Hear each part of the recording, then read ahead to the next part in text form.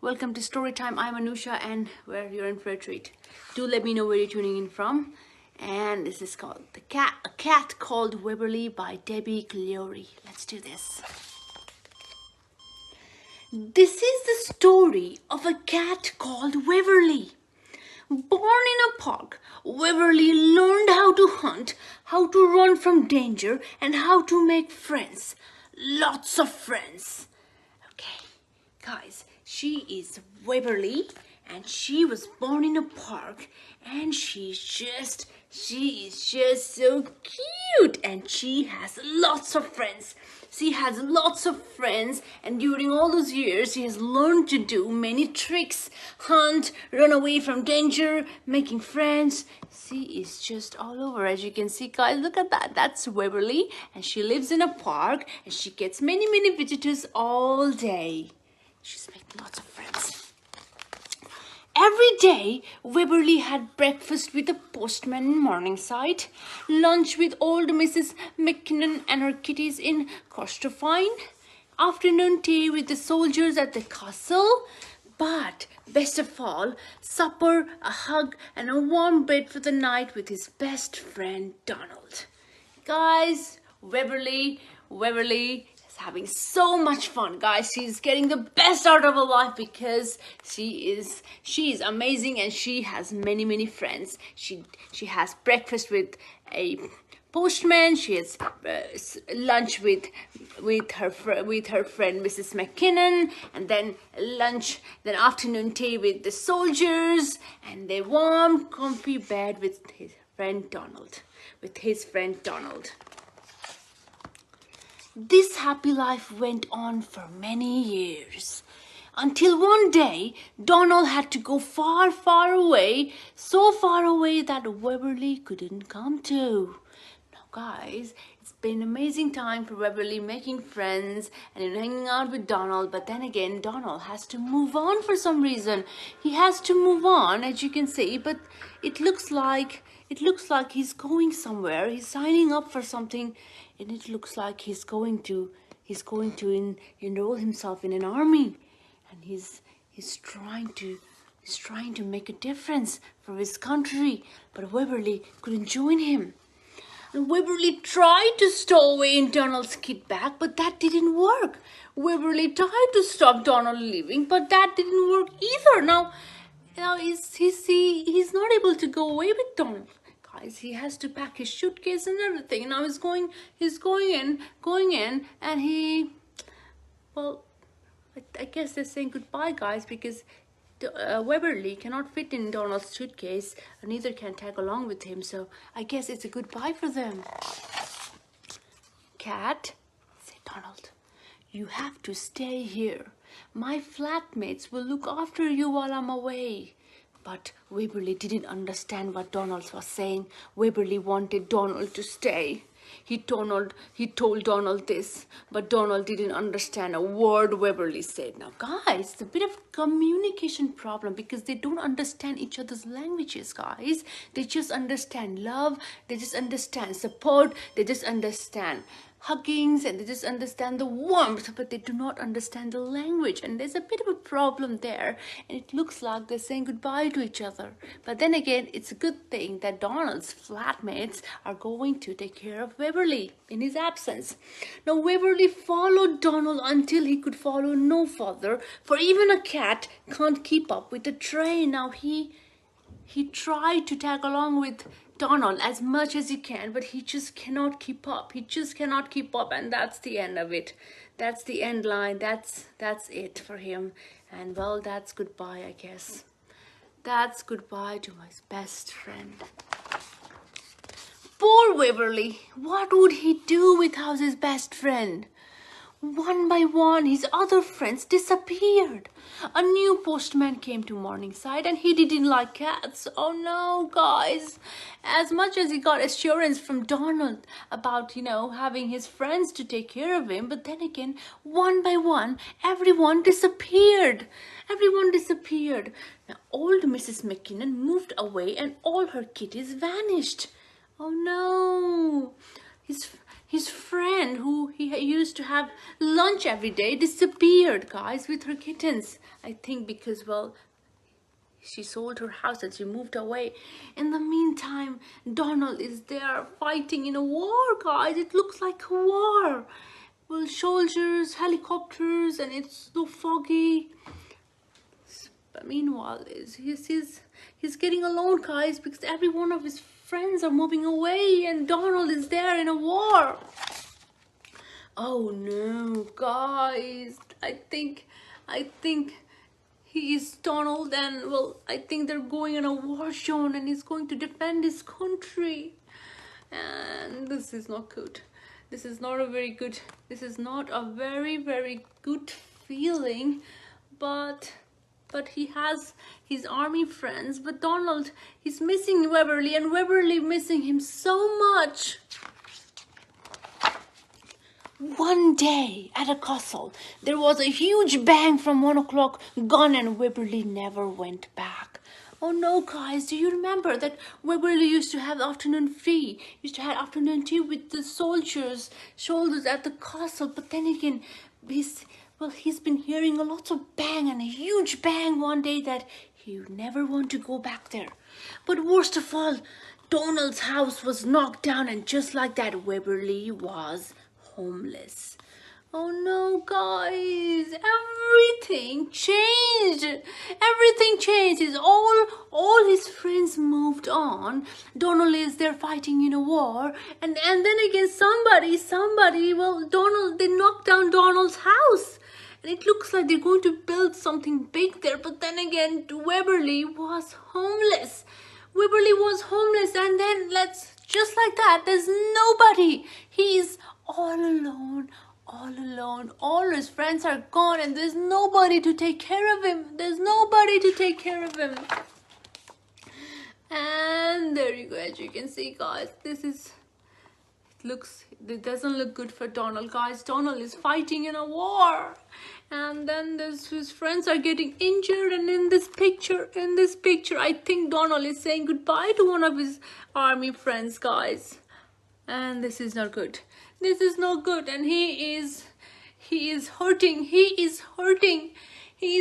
And Waverley is alone and homeless and missing him, and they both are in so much pain. Let's do this.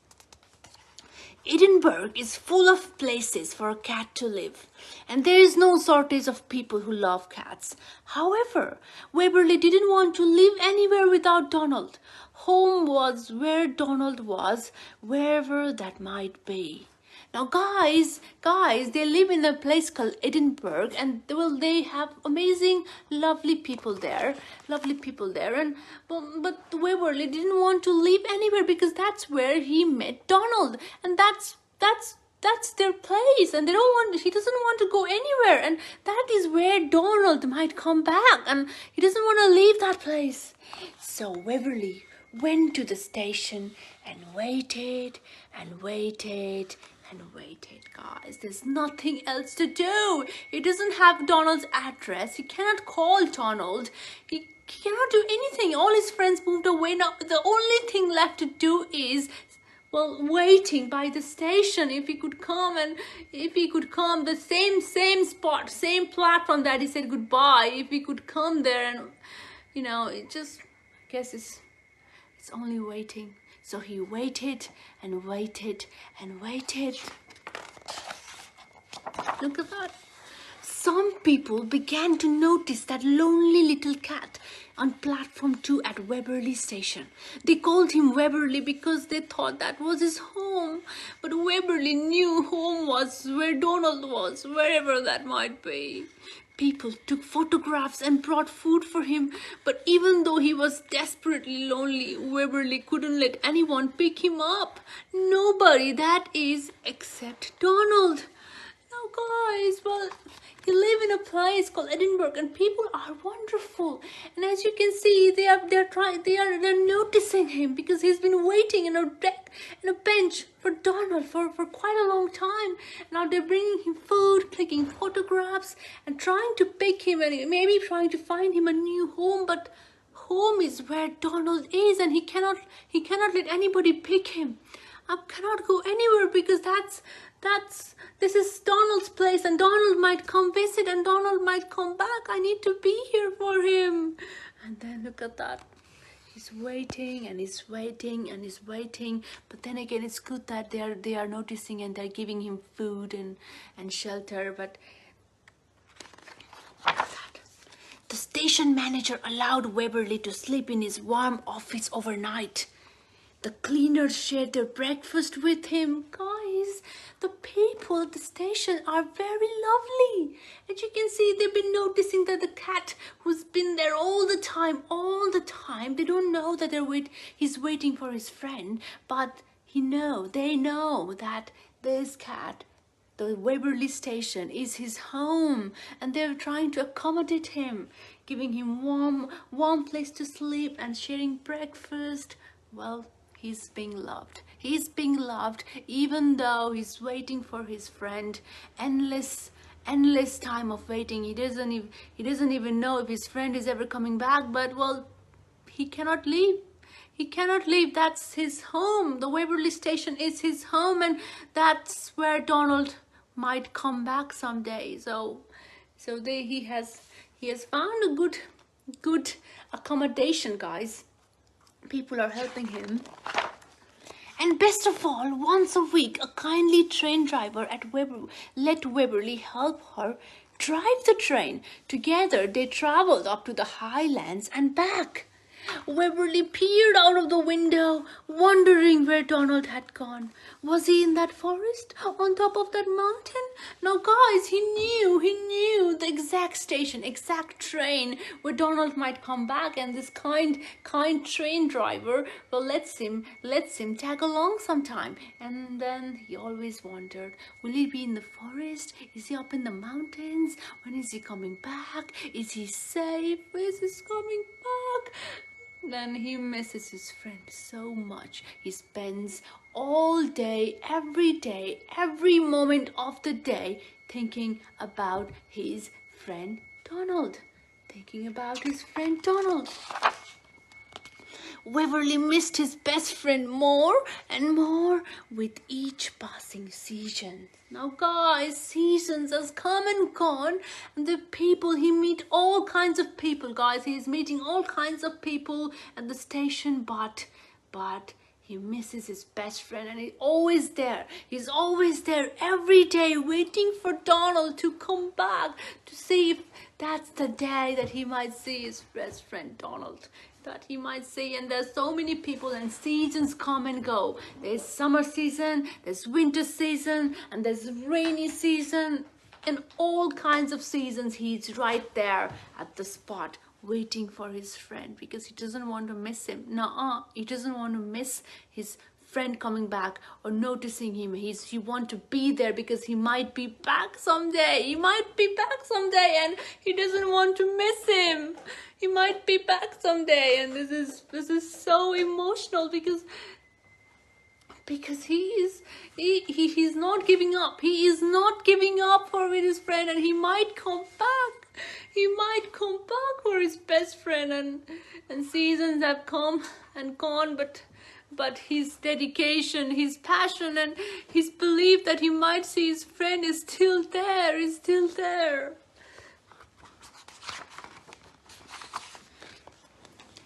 This went on for many years, until one day, on his way to platform 2, Waverley heard a familiar voice. "Spare change?" the voice said. "Spare a few pence for the homeless?"